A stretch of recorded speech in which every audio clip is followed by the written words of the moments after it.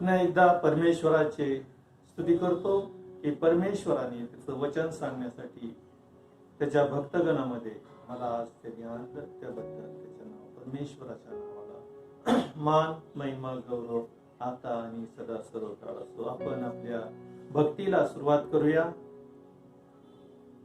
परमेश्वर माझा प्रकाश व माझे तारण आहे, मी कोणाची भीती बाळगू. परमेश्वर माझ्या जीवाचा दुर्ग आहे, मी कोणाचे भय करू. माझे शत्रू व द्वेष्टे असे जे दुष्कर्मी माझे मांस खाऊन टाकावयास मजवर चढाई करून आले, तेव्हा तेच ठेच खाऊन पडले. सैन्याने मज पुढे ठाणे दिले, तरी माझे हृदय कचरणार नाही. मजवर युद्ध प्रसंग ओढवला, तरी मी हिम्मत धरून राहीन. परमेश्वराजवळ मी एक वरदान मागितले, त्याच्या प्राप्तीसाठी मी झटे. ते हे की माझ्या सर्व आयुष्यभर परमेश्वराच्या मंदिरी माझी वस्ती व्हावी, म्हणजे मी परमेश्वराचे मनोहर रूप पाहत राहीन व त्याच्या पवित्र स्थानी ध्यान करेन. तो तर विपत काली मला आपल्या मंडपात लपून ठेवी. तो मला आपल्या डेऱ्याच्या गुप्त स्थळी ठेवी. तो मला खडकावर उचलून ठेवी. ते बाप बसलेली वचन आपल्यासाठी आशीर्वादित करू. आपण प्रार्थना करूया. धन्यवादित आमच्या जिवंत गौरवी सामर्थ्यशाली परमेश्वर पित्या, आम्ही तुझी स्तुती करतो, तुझ्या नावाला मान महिमा गौरव देतो. परमेश्वरा, या सुंदर सकाळच्या वेळेस या शब्बात दिवशी तुझ्या भक्तगणासंग तुझी स्तुती आराधना करण्यासाठी आम्ही एकत्र आले असताना तू आमच्या प्रार्थनेमध्ये, आमच्या उपासनेमध्ये तुझी उपस्थिती आहे आणि तू विराजमान आहे, त्याबद्दल आम्ही तुला धन्यवाद देतो. होऊ दे परमेश्वरा, या वचनाच्या द्वारे आम्हा सर्वांना तू आशीर्वादित कर. तुझ्या गोड आणि पवित्र नावात मागतो म्हणून तू ऐक बाप्पा. आमेन. आजच्या मन्नासाठी जो शास्त्र भाग निवडलेला आहे तो आहे लेवीचं पुस्तक, याचा 4 अध्याय 8 ते 12 वचन आजच्या मन्नासाठी आपण घेणार आहोत. लेवीचं पुस्तक याचा 4 अध्याय 8 ते 12 वचन. नंतर पाप बलीच्या गोऱ्याची एक वफा काढावी, म्हणजे आतड्यात पसरलेली वफा, त्यास लागून असलेली सर्व वफा, दोन्ही गुडदे, त्या वरील कमरेवरची वफा आणि गुडद्यापर्यंतचा काजळावरचा पडदा ही वेगळी करून घ्यावी. हे सर्व भाग शांती अर्पणाच्या यज्ञात बैलाचे काढून घेतात त्याप्रमाणे वेगळे काढून घ्यावे व याजकाने ते होम बलीवर अर्पावे. गोऱ्याचे कातडे, मांस, डोके, पाय, आतडी, शेण असा सगळा गोरा त्याने छावणीच्या बाहेर राख टाकण्याच्या शुद्ध स्थळी न्यावा आणि लाकडावर ठेवून अग्नीत जाळावा. राख टाकत असतात तेथे तो जाळावा. देवबाप वाचलेली वचन आशीर्वादित करू. त्याचप्रमाणे नव्या करारातून इब्री करासपत्र याचा 13वा अध्याय 11 आणि 12 हे वचन आजच्या मन्नासाठी घेण्यात आलेले आहे. ज्या पशुचे रक्त पापाबद्दल मुख्य याजकाच्या द्वारे पवित्र स्थानात नेले जाते, त्याचे शरीरे तळाबाहेर जाळतात. यास्तव येशूनेही स्वधीराने लोकास पवित्र करावे म्हणून वेशी बाहेरचे मरण सोसले. देवबाप वाचलेली वचन आपणासाठी आशीर्वादित करो. त्याच्या नावाला मान महिमा गौरव आता आणि सदा सर्व काळ असो. आपण प्रार्थना करूया. धन्यवादित आमच्या जिवंत गौरवी सामर्थ्यशाली परमेश्वर पित्या, आम्ही तुझी स्तुती करतो, तुझ्या नावाला मान महिमा गौरव देतो. आजचा तुझा संदेश तुझ्या वचनातून तुझ्या भक्तगणाला सांगण्यासाठी तुम्हाला उभं केलेलं आहे, त्याबद्दल मी तुला धन्यवाद देतो. परमेश्वरा, हा संदेश आमच्या सर्वांसाठी आशीर्वादाचं कारण आणि पवित्र करण्याचं कारण होते, अशी आम्ही तुझ्या चरणाजवळ प्रार्थना करतो. आमचा धन्य तारणारा प्रभू येशू ख्रिस्त याच्या गोड आणि पवित्र नावात मागतो, म्हणून तो ऐक बाप्पा. आमेन. आजच्या मननासाठी जो आपण शास्त्रात पाहिलेला आहे की लेवीचं पुस्तक आणि इब्री करसपत्र ह्या दोन भागातून आपण आज मनन आणि चिंतन करणार आहोत. आम्ही पाहतो की परमेश्वराने मोशेच्या द्वारे इस्रायल लोकांना आज्ञा केली होती की माझ्या दर्शनाला येण्यासाठी कोणीही रिक्त हस्ते येऊ नये आणि परमेश्वराच्या सानिध्यात येण्यासाठी, परमेश्वराच्या समक्षेत येण्यासाठी, परमेश्वराची उपासना आराधना करण्यासाठी येण्यासाठी उपासकांनी किंवा त्याच्या भक्तगणांनी त्याच्यासाठी अर्पण घेऊन या म्हणून सांगितलेलं आहे. परमेश्वराच्या सानिध्यात जाण्यासाठी उपासकानं परमेश्वराच्या साठी अर्पण आणणं गरजेचं होतं. हे आम्हाला जुन्या करारात पाहायला मिळतं. आणि आम्ही पाहतो की जुन्या करारामध्ये 5 प्रकारची अर्पण आम्हाला पाहायला मिळतं. पहिलं होमार्पण, दुसरं अन्न अर्पण, तिसरं शांती अर्पण, चौथं पाप अर्पण आणि 5वं दोष अर्पण. अशा 5 प्रकारची अर्पण परमेश्वराने मोशेच्या द्वारे इस्रायल लोकांना आज्ञा केली होती की हे अर्पण ज्या ज्या कारणास्तव तुम्ही अर्पत येईल त्या त्या कारणास्तव ह्या अर्पणाचा स्वीकार अहरोनानं, याजकानं ते स्वीकारावी.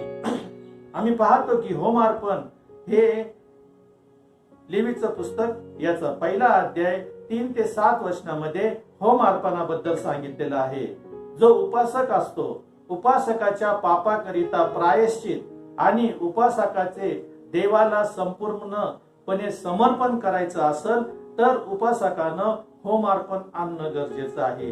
ह्या होम अर्पणामध्ये तो आणलेलं जे अर्पण होतं ते याजकाने स्वीकारायचं, ते स्वच्छ करायचं आणि होम वेदीवर ते रचून संपूर्णपणे जाळून धुराच्या द्वारे वर देवाकडे जात असे. हे परमेश्वराप्रित्यर्थ सुवासिक अर्पण होतं. होम अर्पण याला म्हटलेलं आहे की हे संपूर्ण त्या वेदीवर जाळून परमेश्वरासाठी धुराच्या रूपाने देवाकडे जात असे. या अर्पणाला सुवासिक अर्पण म्हणजे परमेश्वर त्या अर्पणाचा स्वाद घेऊन, वास घेऊन ते होम अर्पण मान्य करत होता त्या उपासकाचं. दुसरं अर्पण हे अन्न अर्पण किंवा स्वइच्छेचं अर्पण असं म्हटलेलं आहे. आम्हाला पाहायला मिळतं की लेवीचं पुस्तक याचा 2रा अध्याय 1 ते 16 वचनामध्ये आम्हाला ह्या अर्पणाविषयी माहिती भेटते. त्याच्याबद्दल असं सांगितलेलं आहे की सर्व समर्थ देवाचं आदर, सन्मान व देवावरील निष्ठा, उपकार स्मरण, कृतज्ञता व्यक्त करण्यासाठी अन्न अर्पणाचं अर्पण करावं लागत होतं. कोणत्या गोष्टीसाठी? तर देवाचा आदर करण्यासाठी, देवाचा सन्मान करण्यासाठी, देवावरील निष्ठा आणि परमेश्वराचे उपकार स्मरण किंवा त्याच्याबद्दल कृतज्ञता व्यक्त करण्यासाठी अन्न अर्पणाचं अर्पण केलं जात होतं. आणि त्याची सविस्तर माहिती आपल्याला लेवीचं पुस्तक याचा 2रा अध्याय आणि 1 ते 16 वचनामध्ये पाहायला मिळतं. त्याचप्रमाणे 3रं अर्पण हे शांती अर्पण म्हटलेलं आहे. लेवीचं पुस्तक याचा 3रा अध्याय 1 ते 17 वचनामध्ये ह्या अर्पणाबद्दलची माहिती दिलेली आहे.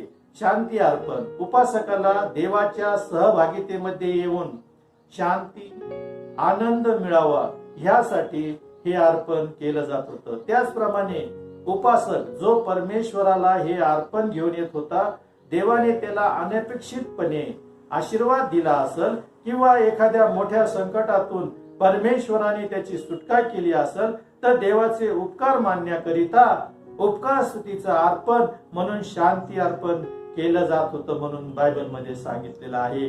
लेवीचं पुस्तक याचा 3रा अध्याय 1 ते 17 वचनामध्ये याबद्दल स्पष्टता आणि संपूर्ण सविस्तर माहिती आपल्याला पाहायला मिळते. त्याचप्रमाणे चौथा अर्पण आम्हाला पाहायला मिळतं की पाप अर्पण. लेवीचं पुस्तक याचा 5वा अध्याय 1 ते 13 वचन. त्याचप्रमाणे आम्ही आत्ताच म्हणण्याकरिता जो शास्त्रभाग निवडला होता, लेवीचं पुस्तक याचा 4था अध्याय 8 ते 12 ह्या वचनामध्ये आम्हाला पाप अर्पणाबद्दल सांगितलेलं आहे की एखाद्या मनुष्याने पाप केला असेल तर त्यातला वाटेकरी, त्या अर्पणातला वाटेकरी मनुष्याला न होता त्याची वफा शांती अर्पण म्हणून जाळण्यात यावं आणि बाकीचं जे सर्व मांस, आतडी, कातडी, डोकं आणि शेपूट आणि पाय हे सर्व जिथं वेदीवरची राख जाळल्यानंतर टाकण्यात येतो त्या स्वच्छ ठिकाणी लाकडं रचून ह्या अर्पणाचं अर्पण त्या ठिकाणी जाळण्यात येत होतं म्हणून सांगितलेलं. ह्याला पाप अर्पण म्हटलेलं आहे. जिथं संपूर्ण इस्रायल लोकांची वस्ती संपून, निवास मंडप, इस्रायल लोकांची वस्ती संपून लांब जिथं या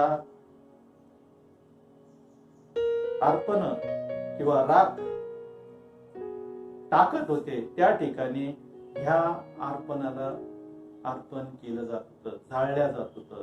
अर्पण हे मोशेच्या दर्शन मंडपातच अर्पलं जात होतं, पण याला जाळण्यासाठी जिथं ही कालवडीची राख किंवा या ठिकाणी टाकण्यात येत होती तिथं हे अर्पण जाळण्यात येत होतं. आणि 5वं दोष अर्पण. लेवीचं पुस्तक याचा 5वा अध्याय 14, 15 आणि 16 वचनामध्ये ह्या दोष अर्पणाबद्दल सांगितलेलं आहे की एखाद्या इस्रायल व्यक्तीने काही दोष केला असेल, कुणाचं काही घेतलं असेल आणि ते निदर्शनास आलं असेल तर याजकानं जो काही दंड सांगितलेला असेल तो दंड भरणे म्हणजे दोष अर्पण. असं हे 5 अर्पणाबद्दल आम्हाला जुन्या करारामध्ये पाहायला मिळतं की हे 5 अर्पण मोशेच्या दर्शन मंडपामध्ये परमेश्वराने सांगितलं होतं की इस्रायल लोकांनी ही अर्पणात यावी, ज्याच्याद्वारे मनुष्याची शुद्धता किंवा पवित्रता होत होती. त्या काळापुरती, त्या वेळेपुरती, त्या वर्षापुरती परमेश्वर त्याच्या पापावर पांघरून घालत होता म्हणून सांगितलेलं आहे. आणि आम्ही पाहतो की इब्री करासपत्र याचा 13वा अध्याय आणि 11 आणि 12 वचनामध्ये सांगितलेलं आहे की वेशीच्या बाहेर येशू ख्रिस्ताला वधस्तंभावर देण्यात आलेलं आहे. त्याचप्रमाणे इथं सुद्धा आम्हाला पाहायला मिळतं की जे 4थं अर्पण होतं, पाप अर्पण, हे वेदीवर अर्पलं जात होतं, पण त्याची जी जाळण्याची पद्धत होती ती वेशीच्या बाहेर होती म्हणून सांगितलेलं आम्हाला पाहायला मिळतं. आणि ख्रिस्तानं स्व अर्पणाद्वारे आम्हाला विकत घेतलं, खंडून घेतलं, आम्हाला शुद्ध केलं, पवित्र केलं, यासाठी की आम्ही त्याच्यासारखं पवित्र जीवन जगावं म्हणून सांगितलेलं आहे. म्हणून शुद्धता आणि पवित्रता ह्याबद्दल आज आम्ही पाहणार आहोत. जर परमेश्वराच्या समक्षतेत याचं असेल तर आम्हाला शुद्ध आणि पवित्र होऊन परमेश्वराच्या समक्षतेमध्ये उपासकाला परमेश्वराचे अर्पण घेऊन येण्याची मोशेच्या द्वारे परमेश्वराने आज्ञा केलेली आम्हाला पाहायला मिळतं. आणि ह्या 5 प्रकारच्या अर्पणाच्या द्वारे आम्ही परमेश्वराच्या समक्षतेमध्ये येऊ शकत होतो. आणि म्हणून शुद्धता आणि पवित्रता, जसा देव पवित्र आहे तसं आम्ही असावं ही आमच्या देवाची इच्छा आहे. या शब्दाबद्दल खोल अर्थ जर आम्ही पाहिला, पवित्रता आणि शुद्ध हे आपण समजून घेऊ. समानार्थी शब्द नाहीत. पापाचा डाग निघून जावा म्हणून पूर्व तयारी असा या शुद्धतेचा मर्यादित अर्थ होतो म्हणून सांगितलेला आहे. शुद्धता, आमच्या वस्त्रावर एखादा डाग पडला असेल किंवा कोणताही प्रकारचं एखादं शिंतोडा उडला असेल तर त्याची आमच्या वस्त्रावर शुद्धता करण्यासाठी या शुद्धतेचा असा हा लिमिटेड अर्थ होता. याजकानं होम बली अर्पल्यानंतर जो परमेश्वराच्या समक्षतेत जाण्यासाठी परमेश्वराने अरोनाला पेहराव घालण्यासाठी सांगितला होता, त्या पेहरावावर जर एखादा डाग उडला असेल तर त्याने त्या घंगाळाजवळ जावं, तो डाग त्या घंगाळामध्ये बघावं आणि त्या घंगाळातलं पाणी घेऊन आपल्या डागाला पुसून स्वच्छ करावं. याला शुद्धता म्हटलेली आहे. शुद्धता म्हणजे काय? तर जुन्या जीवनाशी असलेला आपला संबंध, पापाचा डाग निघून जावा म्हणून पूर्व तयारी, असा हा शुद्धतेचा मर्यादित अर्थ होतो. हे आम्हाला पाहायला मिळतं. पण पवित्रीकरण हे जर आम्ही पाहिलं तर हे नवीन जीवनाशी संबंधित आहे व देव ही क्रिया सुरू करतो. येशू ख्रिस्ताच्या रक्ताच्या द्वारे प्राप्त झालेल्या आशीर्वादामुळे पवित्रीकरण म्हणजे देवाशी सहभागिता प्राप्त होऊ शकते. काय सांगितलेलं आहे? येशू ख्रिस्ताच्या रक्ताच्या द्वारे प्राप्त झालेल्या आशीर्वादामुळे पवित्रीकरण म्हणजे देवाशी सहभागिता प्राप्त होऊ शकते. शुद्धता प्रथम, पवित्रीकरण नंतर. आम्ही पाहतो की इफिसकरास पत्र याचा 5वा अध्याय 26 आणि 27 या वचनामध्ये जर आम्ही पाहिलं तर इफिसकरास पत्र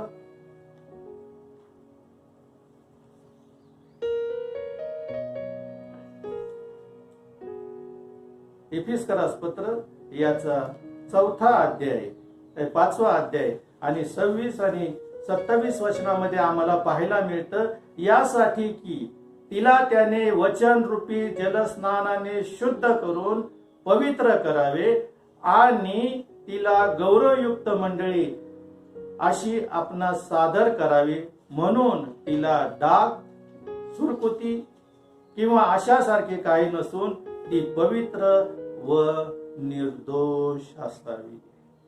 आम्ही निर्दोष आणि पवित्र असावं म्हणून परमेश्वराने वचन रूपी जलस्नानाने आम्हाला शुद्ध केलेलं आहे. पण जुन्या करारामध्ये आम्हाला माहिती आहे की तो डाग काढण्यासाठी, त्या शुद्धतेसाठी तो याजक त्या घंगाळातलं पाणी घेऊन आपलं डाग स्वच्छ करताना आम्हाला पाहायला मिळतं. त्याचप्रमाणे इफिसकरास पत्र याचा 4था अध्याय आणि 1ल्या वचनामध्ये आम्हाला पाहायला मिळतं की तिथं पाऊल इफिस येथील मंडळीला म्हणतो, यास्तव जो मी प्रभूमध्ये बंदिवान होतो तो मी तुम्हास विनंती करतो की तुम्हास झालेल्या पाचारण्यास शोभल असे तुम्ही चालावे. काय सांगितलेलं आहे? तुमच्या आचरणास शोभेल असे तुम्ही चालावे असं पाऊल तिथं म्हणतो. आणि आम्हाला तेच पाहायला मिळतं की पाऊल इफिस येथील मंडळीला म्हणतो की वचन रूपी जलस्नानाने शुद्ध करावं. शुद्धता आणि पवित्रता ह्या 2 वेगळ्या गोष्टी आहेत. शुद्धता म्हणजे शारीरिक शुद्धता आणि पवित्रता म्हणजे नवीनीकरण होणे. याच्याबद्दल आम्हाला पाहायला मिळतं.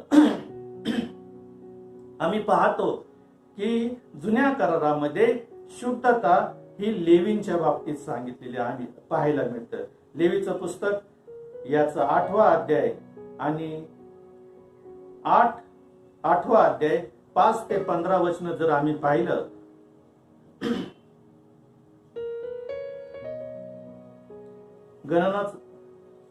गणनाचं पुस्तक याचा 8वा अध्याय, गणनाचं पुस्तक याचा 8वा अध्याय आणि जर 15 वचनापासून जर आम्ही पुढे पाहिलं तर तिथं आम्हाला पाहायला मिळतं की परमेश्वराने लेवी हा वंश परमेश्वराच्या मंडपातील सेवेसाठी वेगळा केलेला आम्हाला पाहायला मिळतं. लेवी वंशातील लोकांना मोशेच्या द्वारे परमेश्वराने सांगितलेलं आहे की लेवी हे माझ्या दर्शन मंडपामध्ये माझी सेवा करतील. आणि ह्यांच्या शुद्धतेसाठी आम्ही पाहतो की गणनाचं पुस्तक याचा 8वा अध्याय आणि 5 पासून जर पुढे पाहिलं तर तिथं असं सांगितलेलं आहे की परमेश्वराने मोशेला सांगितले, इस्रायल लोकांमधून लेवी वेगळे करून शुद्ध कर. तू त्यांच्या शुद्धीकरणासाठी येण्याप्रमाणे कर. आणि त्याच्याबद्दल संपूर्ण माहिती आम्हाला पाहायला मिळते. आणि 14 वचनापासून जर आम्ही पुढे पाहिलं तर तिथं असं सांगितलेलं आहे, या प्रकारे तू लेव्यास इतर इस्रायल लोकांपासून वेगळे कर लेवी हे माझे होणार आहेत. यानंतर लेव्यांनी सेवा करण्यास दर्शन मंडपात जावे. तू लेव्या शुद्ध केल्यावर ओवाळणी म्हणून त्यास अर्पावे, कारण इस्रायल लोकातून ते मला सर्वस्व वाहिलेले असे आहेत म्हणून सांगितलेलं आहे. सर्वस्व वाहिलेले आहेत असं सांगितलेलं आहे. आणि 19व्या वचनापासून जर आम्ही पुढे पाहिलं तर तिथं सांगितलेलं आहे, दर्शन मंडपात इस्रायल लोकांसाठी सेवा करावी व प्रायश्चित करावे म्हणून मी त्यास इस्रायलातून घेऊन अहरोन व त्याचे पुत्र यास दान म्हणून दिले आहे, यासाठी की इस्रायल लोक पवित्र स्थानाच्या सानिध्यात आले असता त्याचवर अनर्थ गुदरू नये. मोशे, अहरोन आणि इस्रायल लोकांनी सर्व मंडळी यांनी या प्रकारे लेव्यांचे केले. परमेश्वराने लेव्यांविषयी मोशेला आज्ञा केली होती त्याप्रमाणे इस्रायल लोकांनी त्यांचे केले. लेवी आपल्या पापाचे शालन करून पावन झाले. त्यांनी आपली वस्त्रे धुतली आणि अहरोनाने त्यास परमेश्वराची ओवाळणी म्हणून अर्पिले. त्यानंतर अहरोन व त्याचे पुत्र याचबरोबर दर्शन मंडपात आपापल्या नेमलेली सेवा करण्यासाठी लेवी गेले म्हणून सांगितले. आणि यांच्या शुद्धीकरणासाठी आम्ही जर पाहिलं तर लेवीचं पुस्तक याचा 8वा अध्याय आणि 5 पासून 15 वचनामध्ये सांगितलेलं आहे की त्यांना तू दर्शन मंडपापुढे आण, त्यांना आंघोळ कर, त्यांना शुद्ध कर आणि मग त्यांच्यावर तू पाणी शिंपड आणि त्यांना इस्रायलामधून माझी सेवा करण्यासाठी वेगळे कर म्हणून सांगितलेलं आहे. कसं वेगळी कर? तर त्यांच्यावर पाणी शिंपडून त्यांना तू शुद्ध कर असं सांगितलेलं आहे. पण याजकाबद्दल वेगळं सांगितलेलं आहे. आम्ही पाहतो की निर्गमचं पुस्तक याचा 29वा अध्याय आणि 19 पासून 21 वचनापर्यंत जर पाहिलं तर परमेश्वराने मोशेला सांगितलं की तू अहरोन व त्याच्या मुलांना तू याजक पदासाठी नेमस्त कर. मग त्यांनी गोरा अर्पावा आणि तो गोरा अर्पल्यानंतर पवित्र स्थानात त्याचं रक्त शिंपडावं आणि अहरोन व त्याचे मुलं यांच्या तू ते रक्त जे शिंपडायला जाशील त्याच्यातून आलेलं रक्त घेऊन तू त्यांच्या उजव्या कानाच्या पाळीला, उजव्या हाताच्या अंगठ्याच्या नखाला आणि उजव्या पायाच्या अंगठ्याच्या नखाला तू लाव म्हणून सांगितलेलं आहे. कारण त्याच्याद्वारे ते माझ्यासाठी पवित्र असे होतील. पहा, मंडळीमध्ये सेवा करणाऱ्या लेव्यांसाठी शुद्धतेचा प्रकार सांगितलेला आहे. पाणी शिंपडून त्यांना तू शुद्ध कर. म्हणजे परमेश्वराच्या समक्षतेमध्ये याजकाची सेवा करतात, बाळकाची सेवा करतात, देवाच्या मंडळीमध्ये उभा राहून जे परमेश्वराच्या समक्षेत उभा राहून जे देवाची सेवा करतात त्यांच्या बाबतीत सांगितलेलं आहे की त्यांना तू पवित्र कर. आणि पवित्र कसं कर? तर त्या गोऱ्याच्या रक्तानं तू त्यांना पवित्र कर म्हणून सांगितलेलं आम्हाला पाहायला मिळतं. हा भेद जो आहे हा आम्ही लक्षात ठेवला पाहिजे. याजक परमेश्वराच्या सानिध्यात येतो म्हणून तो फक्त शुद्ध झालेला नव्हता तर त्याला पवित्र केलेले असे मानले जात होते. लेव्यांवर पाणी शिंपडलं पण याजकाला रक्त शिंपडून पवित्र केलं जातं, पवित्र करत होते. हे सर्व आम्ही पाहतो की प्रतिकात्मक होतं, एक दर्शकात्मक. जुन्या करारामध्ये या गोष्टी आम्हाला पाहायला मिळतात. पण हे सर्व ख्रिस्त व देव पिता यांच्या कार्यातून पूर्ण झालेलं आम्हाला पाहायला मिळतं. येशू ख्रिस्त आणि देवपिता यांच्या कार्यातून स्पष्ट झालेलं आम्हाला पाहायला मिळतं. आणि हीच गोष्ट आज आम्हाला पाहायची आहे. पवित्रीकरण म्हणजे काय? तर 3 गोष्टीवर आम्ही लक्ष केंद्रित करणार आहोत. थोडक्या वेळात जास्तीत जास्त परमेश्वराच्या वचनातून पवित्रतेवर मी बोलत असताना 3 गोष्टीवर आम्ही जास्त लक्ष केंद्रित करणार आहोत. पहिली गोष्ट, पवित्रीकरण काय आहे. दुसरं, पवित्रीकरण हे ख्रिस्ताच्या दुःख सहनाचे उद्दिष्ट होते. आणि तिसरी गोष्ट, पवित्रीकरण हे ख्रिस्ताच्या रक्ताने प्राप्त होते. तर पवित्रीकरण समजण्याकरिता देवाच्या पावित्र्य प्रथम आम्हाला समजलं पाहिजे. देव पवित्र आहे. उत्पन्नकर्त्याचे पावित्र्य उत्पन्न केलेल्या मानवापर्यंत येऊ शकतं, पण पवित्र देवाच्या पापाचा तिटकारा करतो. पवित्र देव जो आहे, जो आमचा सर्वसमर्थ परमेश्वर आहे, तो पापाचा तिटकारा करतो. देवाचे पावित्र्य त्याच्या स्वभावात, त्याच्या इच्छाशक्तीत व त्याच्या कृतीतून व्यक्त होतं म्हणून सांगितलेलं आहे. पवित्र देव हा उद्धार करता आहे. देवाच्या पावित्र्यातून क्रोध व प्रीती ही प्रगट होते. देवाचा क्रोध पापाबद्दल शिक्षा देतो, तर देवाची प्रीती मनुष्याची मुक्तता करते म्हणून सांगितलेलं आहे. देवाचे पवित्र देवाच्या स्वभावातून पूर्णपणे दर्शविलं जातं. काय सांगितलेलं आहे? देवाची प्रीती मनुष्याची मुक्तता करते व देवाचे पावित्र्य देवाच्या स्वभावातून पूर्णता दर्शविते. क्रोध आणि प्रीती हे परमेश्वराच्या स्वभावातून कसं प्रगट होतं हे मी तुमच्या संगती बोललेलो आहे. पहिलं पेत्र याचा 1 अध्याय आणि 15 वचन सांगितले आहे. जर त्याने तुम्हास पाचारण केले, तो जसा पवित्र आहे तसे तुम्ही सर्व प्रकारच्या आचरणात पवित्र व्हा म्हणून सांगितलं. जर आमचा देव पवित्र आहे तर आमच्या वागण्यातून, आमच्या चालण्यातून, आमच्या वर्तणुकीतून व आमच्या सर्वस्वातून आमचा ख्रिस्त इतरांना दिसला पाहिजे.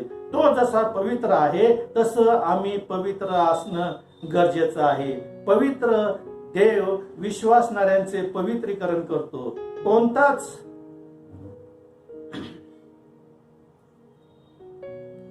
कारण तोच पवित्र देव आहे. लेवीचं पुस्तक याचा 11वा अध्याय 44 आणि 45 वचन, त्याचप्रमाणे लेवीचं पुस्तक याचा 19वा अध्याय आणि 2ऱ्या वचनात सांगितलेलं आहे, जसा मी पवित्र आहे तसं तुम्ही सर्व गोष्टीत पवित्र असं परमेश्वराने तिथं सांगितलेलं आहे. आणि पवित्र करण्याच्या आधी विभक्तीकरण, देवाने विभक्त केलेले. विभक्तीकरण म्हणजे काय? तर देवाने विभक्त केलेले, वेगळे करून बाजूला ठेवलेले, असं याचा अर्थ होतो. विभक्तीकरण, वेगळे केलेले, शुद्ध केलेले. आणि आम्ही पाहतो की United Church of Northern India याची जी उपासना पद्धती आहे, त्या उपासना पद्धतीमध्ये ती संपूर्ण चर्चची बांधिलकी अशी आहे. आणि ही United Church of Northern India ही जागतिक महामंडळाशी संलग्न अशी आहे. त्यामुळं याची जी उपासना पद्धती आहे आणि जे उपासना पद्धतीचं पुस्तक आहे ते अतिशय मार्मिक अशा पद्धतीने जागतिक महामंडळाने बनवलेलं आहे. आणि ते युनियन चर्च तर्फे भारतामध्ये युनायटेड चर्च ऑफ नॉर्दर्न इंडियाच्या द्वारे आम्ही त्या उपासना पद्धतीप्रमाणे आमची उपासना परमेश्वराला मान्य होईल अशा पद्धतीची ती उपासना पद्धती आहे. आणि उपासना पुस्तक सुद्धा आहे की ज्यामध्ये वेळेचं भान ठेवून, मनुष्याच्या मनाचं समझोता करून, पवित्र शास्त्रामध्ये सांगितलेल्या वचनाचा आधार घेऊन, प्रसंग अवधान साधून ह्या पुस्तकामध्ये प्रत्येक गोष्टीबद्दलची माहिती दिलेली आहे. म्हणजे लेकराचा बाप्तिस्मा असो किंवा तरुणपणातील मुलाचं दृढीकरण असो, वाढ निश्चय असो किंवा विवाह पद्धती असो, वडिलांचं विभक्तीकरण असो किंवा देवाचा सेवक जो पाळक आहे त्याचं पाचारण असो, मंडळीचं किंवा देवाच्या मंदिराचं डेडिकेशन असो किंवा घराचा गृहप्रवेश असो, ह्या सर्व गोष्टी त्या पुस्तकामध्ये अतिशय व्यवस्थिशीर पद्धतीने मांडलेलं आहे. परमेश्वराच्या वचनाला धरून पवित्र शास्त्रातील वचनाचा भाग त्यामध्ये घेऊन मनुष्याचं अंतःकरण आनंदित होईल आणि थोड्या वेळात जास्तीत जास्त परमेश्वराची सुवार्ता त्या लोकांना कळेल, अशा पद्धतीची ही उपासना पद्धती आहे की जी जागतिक महामंडळाने स्वीकारली आहे आणि ती UCNI ने अंकित केलेली आहे, जिच्याद्वारे आम्ही ही उपासना पद्धती आमच्यामध्ये लागू करतो. उदाहरण द्यायचं राहील, जी उपासना पद्धत आहे ती अतिशय गांभीर्याने घेण्याची पद्धत UCNI ने त्याच्या पुस्तकात लिहिलेली आहे. आणि त्या पद्धतीने ज्या वेळेस आम्ही परमेश्वराच्या जवळ येतो, परमेश्वराच्या संपर्कात येतो, परमेश्वराची स्तुती आराधना करण्यासाठी येतो, त्यावेळेस आमचा देव हा जसा शिस्तीचा देव आहे, तो शिस्तप्रिय आहे, त्याप्रमाणे आम्ही त्याची उपासना शिस्तीने आणि गांभीर्याने करणं गरजेचं आहे. स्तोत्र 92 मध्ये तो सांगतो, दशतंत वाद्य सतार व वीणा यांच्या साथीने गंभीर स्वरूपाने गाणे गोड आहे. म्हणजे ज्या वेळेस आम्ही परमेश्वराची स्तुती आराधना करतो, आम्ही गंभीर भक्तीचं पावित्र्य राखून परमेश्वराची स्तुती आराधना करणं गरजेचं आहे म्हणून सांगितलेलं आहे. जी उपासना पद्धती UCNI ने स्वीकारलेली आहे आणि तिच्या पुस्तकात ह्याबद्दल संपूर्ण माहिती दिलेली आहे. त्याचप्रमाणे ज्या वेळेस आम्ही पाहतो की जागतिक महामंडळाशी संलग्न असल्यामुळं जो देवावरचा विश्वास दृढीकरणाच्या द्वारे आणि परमेश्वरावर आम्ही विश्वास ठेवतो, याचं आम्ही कबुली देतो, त्यावेळेस आम्ही जो प्रेषितांचा मतांगीकार सांगितलेला आहे त्यामध्ये आम्ही विश्वास ठेवतो का, ज्याच्यामध्ये सांगितलेलं आहे की सर्व समर्थ परमेश्वराने पृथ्वीच्या निर्मितीपासून त्याच्या पवित्र पुत्राचा कुमारिकेच्या द्वारे जन्म होऊन त्याने सेवा कार्य करून त्या वधस्तंभावर आपला प्राण देऊन परमेश्वराची आज्ञा पाळून त्याने आपला प्राण त्या वधस्तंभावर दिला. देवाच्या प्रीतिस्तव मनुष्यासाठी तो अर्पण झाला आणि देव पित्याच्या प्रीतिस्तव त्याने त्याच्या पवित्र रक्ताने आम्हाला खंडून घेतलं. आमच्या नंतर तो अधोलोकात उतरला आणि अधोलोकातून नंतर तो स्वर्गात गेला आणि सर्व समर्थ परमेश्वराच्या सानिध्यात राहून त्याने परमेश्वरामध्ये आणि आपल्यामध्ये समेट घडून आणला. हे सर्व आम्ही प्रेषितांच्या मतांगीकारामध्ये बघतो. त्याचप्रमाणे जे बायबलमध्ये सिद्धांत सांगितलेले आहे त्याचा सुद्धा उल्लेख आम्हाला प्रेषित मतांगीकारामध्ये पाहायला मिळतो. पवित्र आत्मा, पवित्र सार्वत्रिक मंडळी, पवित्रांची सहभागिता, पापांची क्षमा, देहाचे पुनरुत्थान आणि सार्वकालिक जीवन, हे सर्व सिद्धांत जे पवित्र शास्त्रामध्ये सांगितलेले आहे, या शास्त्रामध्ये ज्याचा अभ्यास आज या सिद्धांताचा कोण करतच नाही राहिला, पण ह्याचा सर्व लिखाण ह्या UCNIच्या पुस्तकीमधून आम्हाला अभ्यास करण्यासाठी मिळतो. मग हे सिद्धांत आज आम्ही वाचतो का? या सिद्धांता मागचा उद्देश काय आहे? हे सिद्धांत अंगीकारल्यानंतर पवित्र वचनामध्ये आमची उन्नती कशा पद्धतीने होती, या सर्व गोष्टीचा सखोल अभ्यास ह्या CNIच्या उपासना पद्धतीतून आम्हाला पाहायला मिळतं. मग विभक्तीकरण म्हणजे काय? तर जे वडील निवडून येतात, मंडळीच्या सेवेसाठी स्वतःचं समर्पण करतात आणि पालक त्यांच्याकडे प्रश्न विचारून त्यांना देवाच्या कार्यामध्ये, देवाच्या मंडपामध्ये, देवाच्या मंदिरामध्ये सहभागी करून घेतो पालकाच्या कामामध्ये. म्हणजे दानपात्र कमिटी, सुवार्ता प्रसार कमिटी, गरिबांच्या मदतीसाठी कमिटी, संडे स्कूल कमिटी, ग्रामीण भागातील चर्चेसला व्हिजिट देणं, त्यांच्या उन्नतीसाठी कार्य करणं, ह्या सर्व कमिट्या, हे जे लोक निवडून येतात ते मंडळीमध्ये त्यांना विभक्त करून देवाच्या कार्यासाठी मंदिरामध्ये पाळक त्यांचं विभक्ती करून त्यांना सेवा कार्यासाठी पुढे बोलवतो. हे विभक्तीकरण झालं. आणि पवित्रीकरण आम्ही पाळकाच्या किंवा धर्मगुरूच्या किंवा रेव्हरंटच्या साठी आम्ही विभक्ती पाचारण करत असतो, त्यांचं पवित्रीकरण करत असतो की हा सर्व समर्थ परमेश्वराचा निवडलेला सेवक आहे, हा धर्मगुरू आहे, हा पाळक आहे, हा रेव्हरंट आहे, हा देवाच्या समक्षतेमध्ये जाणारा याजक आहे, हा पवित्र आहे.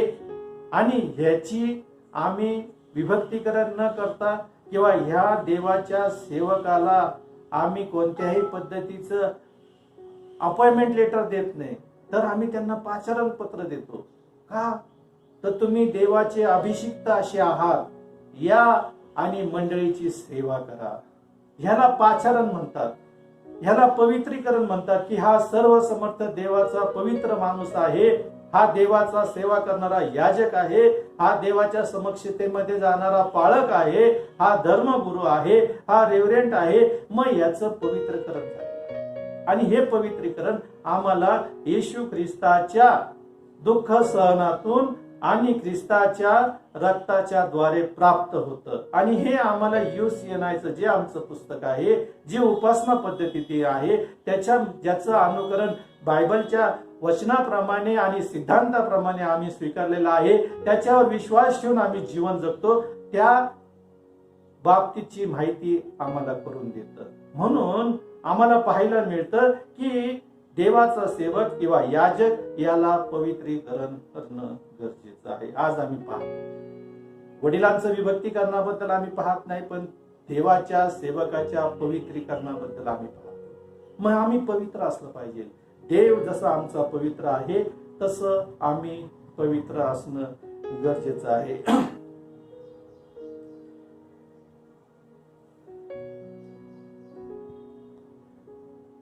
देवाच्या अपेक्षेप्रमाणे देवाच्या सेवकाला प्रतिसाद दिला पाहिजे, वैयक्तिकरित्या समर्पण केले पाहिजे. देव आपल्या इच्छेविरुद्ध पवित्रीकरण करत नाही. विभक्तीकरण व समर्पण होऊ लागल्यानंतर पवित्रकरणाची सुरुवात होते. देवाच्या स्वभावाचे पवित्रकरणाच्या द्वारे आम्ही वाटेकरी होतो. पवित्रकरणाचा उद्देश हाच आहे की आम्ही पवित्र जीवन जगावं. इब्री करसपत्र याचा 12वा अध्याय आणि 10व्या वचनामध्ये आम्हाला पाहायला मिळतं. तिथं पाऊल इब्री मंडळीला लिहितो, कारण त्याने मनास वाटेल तशी थोडे दिवस शिक्षा केली, पण ती आपल्या हितासाठी, म्हणजे आम्ही त्याच्या पवित्रतेचे सहभागीदार व्हावे म्हणून. बघा किती छान पद्धतीने पावलांनी इब्रीतील मंडळी पत्र लिहिलं आहे. त्याच्यात तो आमच्या पवित्रकरणाबद्दल, आम्ही पवित्र असावं याच्यासाठी परमेश्वराने थोडी आम्हाला शिक्षा केली की आम्ही त्याच्या पवित्रतेचे सहभागीदार व्हावे.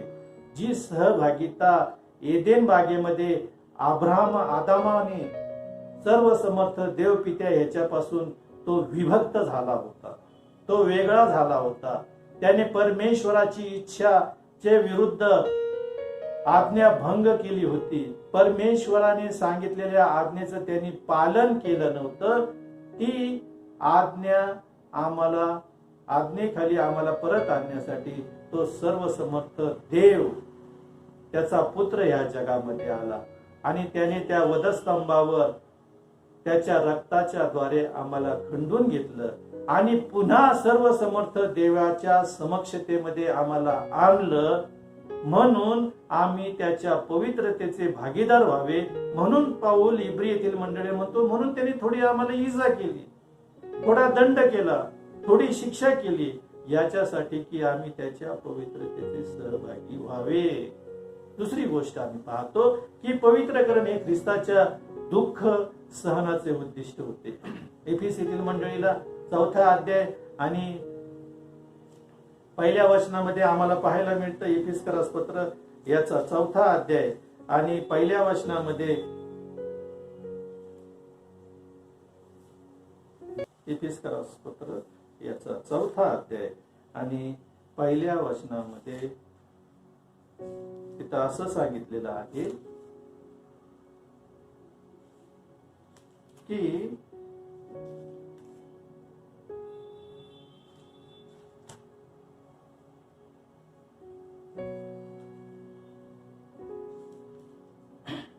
यास्तव जो मी प्रभूच्या बंदिवान तो मी तुम्हास विनंती करतो की तुम्हास झालेल्या पाचारणास शोभेल असे तुम्ही चाला.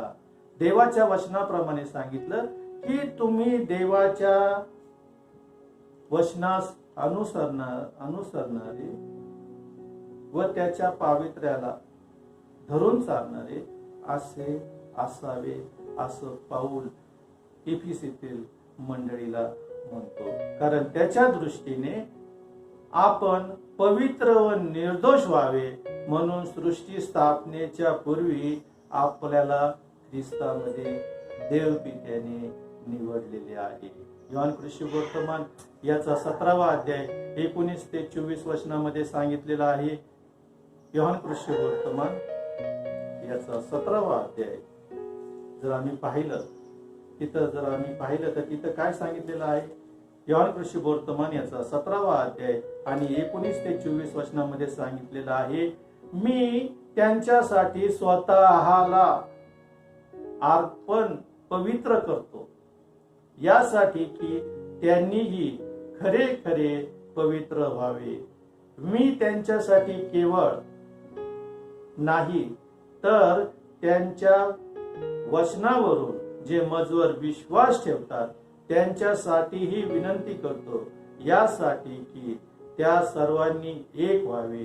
हे पित्या, जसा तू मजमध्ये व मी तुझमध्ये तसे त्यांनी आम्हामध्ये यावे यासाठी की तू मला पाठविले असा विश्वास जगाने धरावा. तू जे गौरव मला दिले आहे ते मी त्यास दिले आहे यासाठी की जसे आपण एक आहोत तसे त्यांनीही एक व्हावे. म्हणजे मी त्यांच्यामध्ये व तू मजमध्ये यासाठी की त्यांनी एक होऊन पूर्ण व्हावे आणि त्यावरून जगाने समजून घ्यावे की तू मला पाठविले आणि जशी तू माझवर प्रीती केली तशी त्याचवरही प्रीती केली. हे पित्या, माझी अशी इच्छा आहे की तू जे मला दिले आहे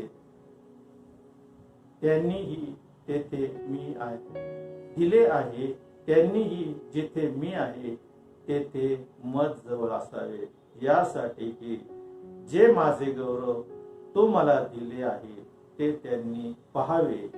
कारण जगाच्या स्थापनेपूर्वी तू मजवर प्रीती केली आहे. जगाच्या स्थापनेपूर्वी जे गौरव पित्याने परमेश्वराने त्याचा पुत्र प्रभू येशू ख्रिस्ताला दिलं ते गौरव आणि ते पावित्र्य ख्रिस्त आम्हाला देव इच्छित आहे. आणि म्हणून सृष्टी स्थापनेच्या पूर्वी ख्रिस्तामध्ये आम्ही निवडलेलो आहोत. म्हणून येशू ख्रिस्त देवाचा पवित्र असा होता. तो देव पित्याच्या पावित्र्याला समर्पित झाला. देव पित्याच्या अपेक्षेप्रमाणे त्याने स्वतःचे अर्पण केले. येशू ख्रिस्त हा देवाच्या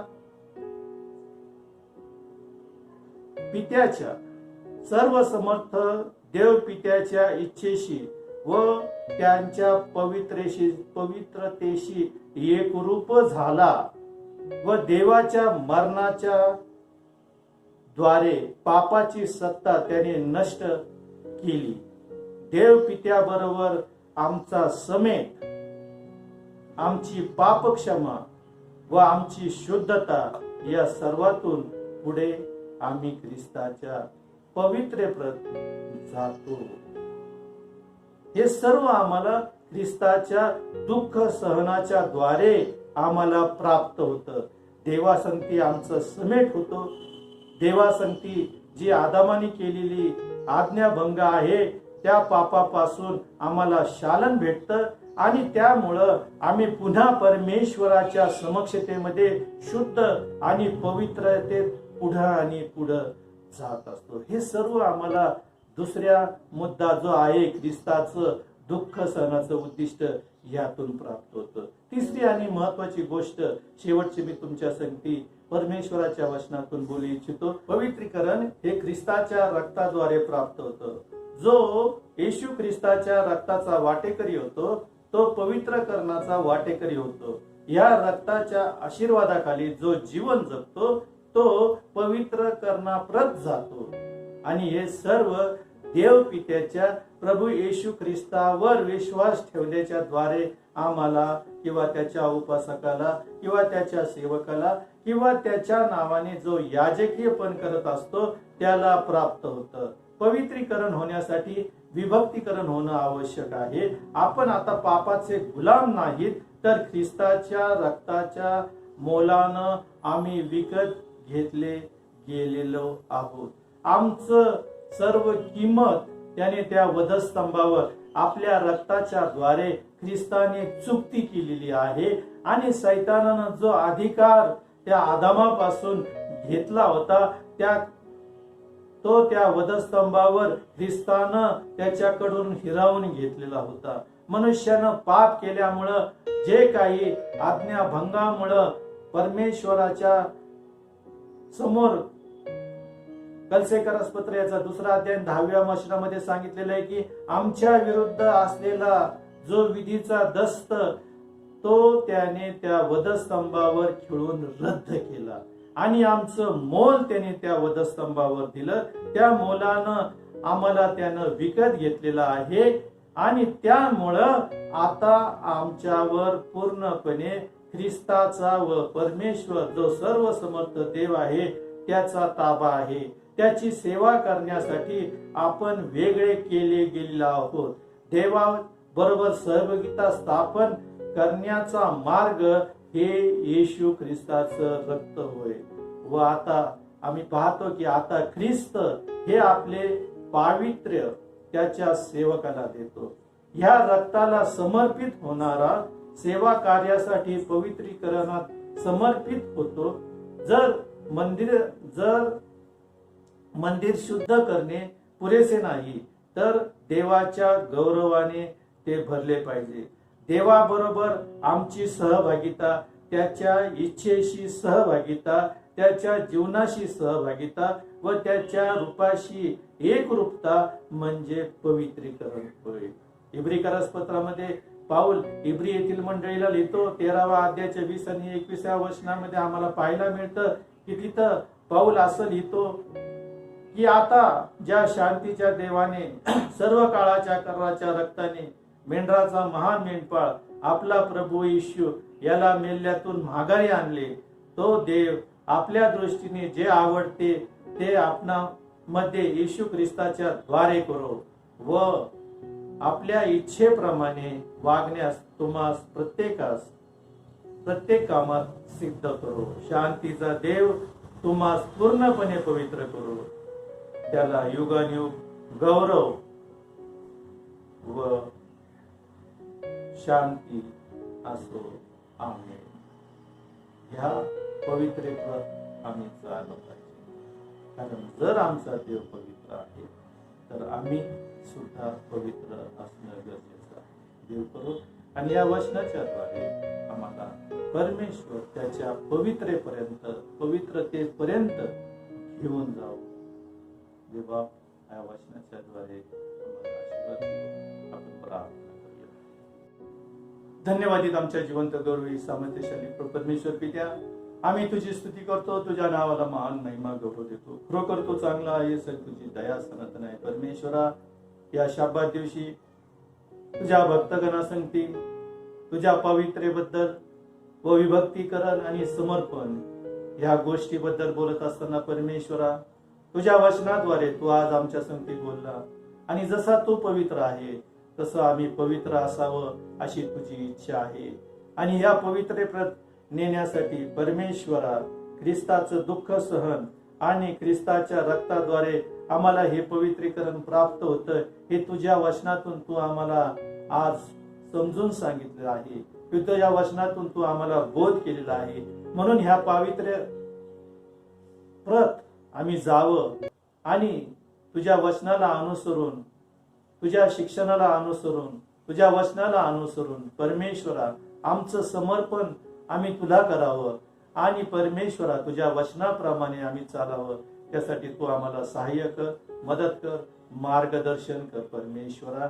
या शेवटच्या काळामध्ये आणि परमेश्वरा जी जगावर कोविड-19 महामारी आलेली आहे, या सर्वापासून तू आमचा सांभाळ करतोस, तू आमचं रक्षण करतोस आणि परमेश्वरा या महामारीपासून तू आम्हाला बचावलंस, त्याबद्दल आम्ही तुला धन्यवाद देतो.